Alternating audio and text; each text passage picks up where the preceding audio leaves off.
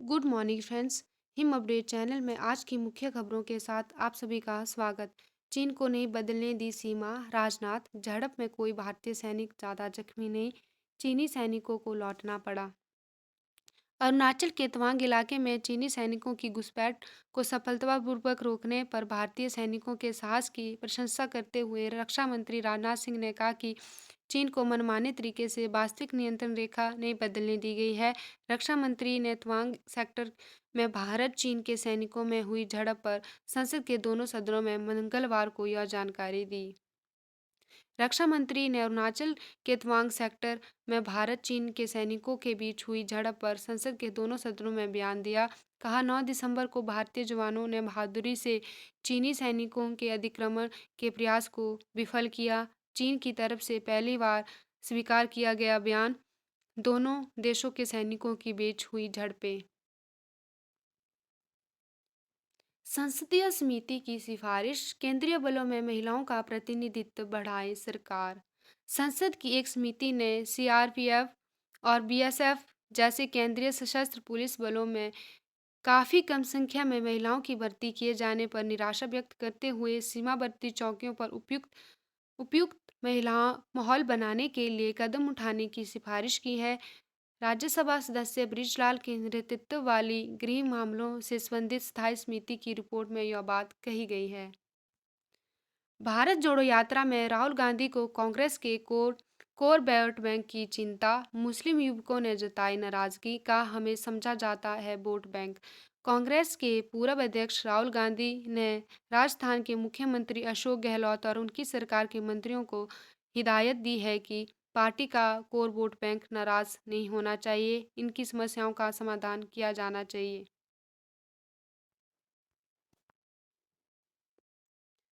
कृषि कृषि मंत्रालय का होगा अपना अलग उपग्रह पहल, विज्ञान अंतरिक्ष और कृषि मंत्रालय के बीच समझौता। कृषि क्षेत्र के लिए वरदान साबित होंगे भरोसेमंद आंकड़े। खेती से संबंधित आंकड़े जुटाने और सही समय पर जानकारी उपलब्ध कराने के लिए केंद्रीय कृषि मंत्रालय के पास अब अपना उपग्रह होगा।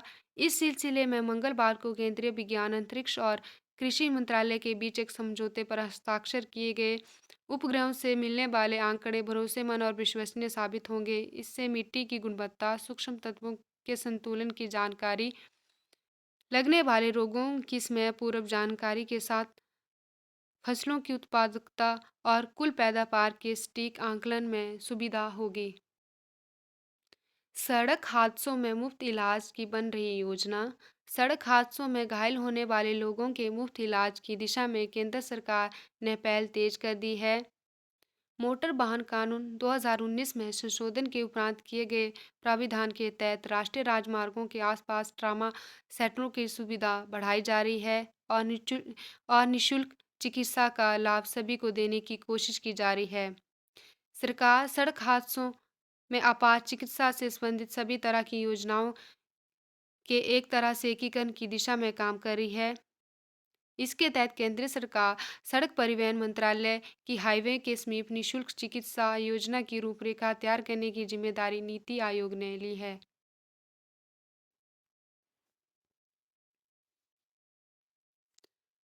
उप मुख्यमंत्री पद के लिए अड़े शांडिल, राठौर और राणा भी दिल्ली में डटे। मंत्री पद के लिए लामिंग हुई तेज। कांग्रेस सरकार बनने के 3 दिन बाद भी नहीं हुआ मंत्रिमंडल का गठन।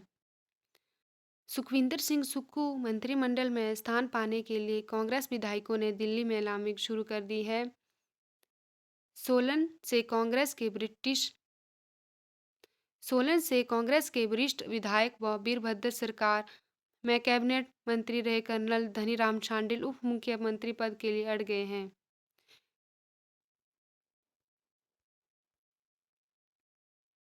ओपीएस की बहाली और 1 लाख नौकरियों पर निर्णय। पहली बैठक में प्रदेश में आम आदमी की सरकार ने सत्ता संभाली है, उसके सपनों को पूरा करने के लिए हम लक्ष्य निर्धारित करेंगे। विधानसभा चुनाव में कांग्रेस ने लोगों को 10 गारंटी का वादा किया था, इनमें से 2 को मंत्रिमंडल की पहली बैठक में पूरा करेंगे, जबकि शेष क्रमवार 5 वर्ष में पूरी करेंगे।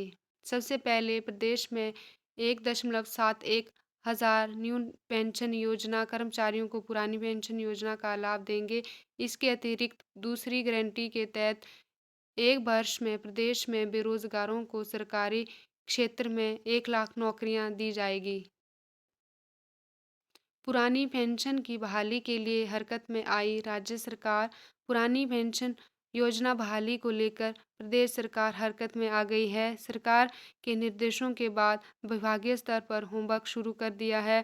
शिक्षा विभाग ने निजी शिक्षा विभाग ने जिलों के उप निदेशकों, प्रधानाचार्य व मुख्याध्यापकों को पत्र जारी कर दिए हैं।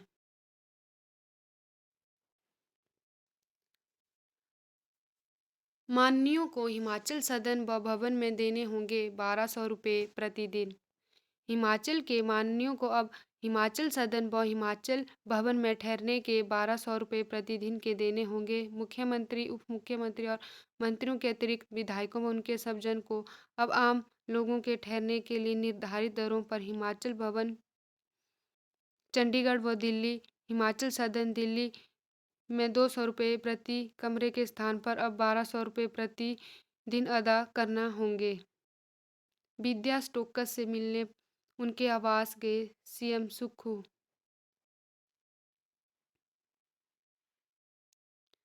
पूर्व के निर्णय रद्द करने पर बड़ी रार। जयराम बोले, कांग्रेस सरकार ने शुरुआत अच्छी नहीं की। पूर्व मुख्यमंत्री जयराम ठाकुर ने कांग्रेस सरकार पर बदलने की भावना से काम करने का आरोप लगाया है। जयराम ने ट्वीट कर लिखा है, भाजपा ने 5 वर्ष बिना किसी भेदभाव के जनता की सेवा की, कभी बदले की भावना से काम नहीं किया। कांग्रेस का निर्णय नहीं पलटा, विकास कार्य नहीं रोका, ना किसी के खिलाफ कोई जांच की। कांग्रेस सरकार का अपने मंत्रिमंडल भी नहीं बना और हमारे निर्णय पलटने शुरू कर दिए। कांग्रेस सरकार की शुरुआत अच्छी नहीं है। पूर्व सरकार के चुनाव जीतने के लिए पूर्व सरकार ने चुनाव जीतने के लिए की थी बिना बजट घोषणाएं, सुक्खू। जयराम सरकार के चुनाव जीतने के लिए बिना बजट की कोरी घोषणाएं की थी। ना तो संस्थान खोले, ना ही नियुक्तियां की, केवल अधिसूचनाएं जारी की। अधिकारियों से इन संस्थान और नियुक्तियों के संबंध में पूछा तो बताया कि चुनाव जीतने के लिए खोलने हैं। अब जब जीत कर आएंगे तो 3 साल में पूरा कर देंगे। यदि नहीं जीते तो कांग्रेस के सिर पड़ेंगे। यह बात ने मुख्यमंत्री सुखविंदर सिंह सुक्खू ने पूर्व मुख्यमंत्री जयराम ठाकुर के ट्वीट पर कही। सुनील शर्मा ने संभाला मुख्यमंत्री के राजनीतिक सलाहकार का कार्यभार। मुख्यमंत्री ठाकुर सुखविंदर सिंह सुक्खू के राजनीतिक सलाहकार सुनील शर्मा बिट्टू ने शिमला स्थित राज्य सचिवालय में कार्यभार संभाल लिया है। मुख्यमंत्री ने शपथ ग्रहण से पहले सबसे पहले यही अहम नियुक्ति की थी। पदभार संभालने के दौरान सुनील शर्मा और उनके समर्थकों द्वारा बधाइयां देने का तांता लगा रहा। वर्तमान में सुनील शर्मा कांग्रेस कमेटी के उपाध्यक्ष हैं, जबकि हमीरपुर जिला कांग्रेस के अध्यक्ष भी रह चुके हैं।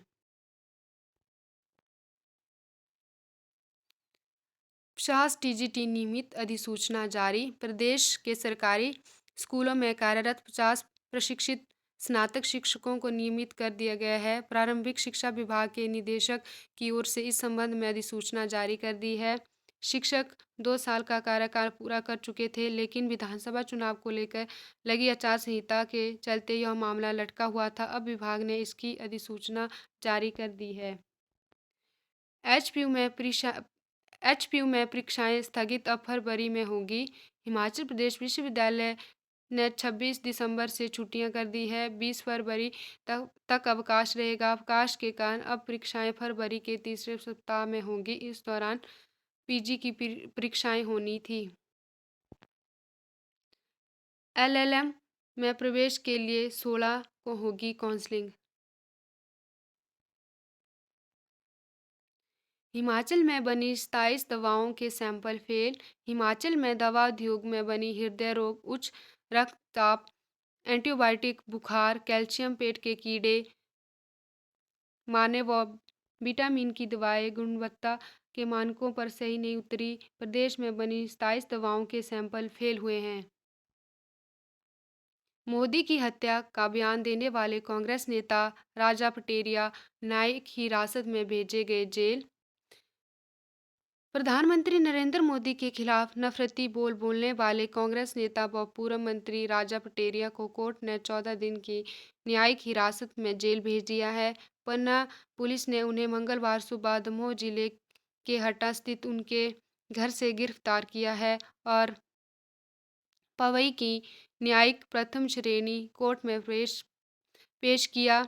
कोर्ट ने राजा पटेरिया की जमानत अर्जी खारिज करते हुए उन्हें जेल भेजने के निर्देश दिए। उधर प्रदेश कांग्रेस ने पटेरिया को आपत्तिजनक बयान पर कारण बताओ नोटिस जारी कर 3 दिन में जवाब मांगा है।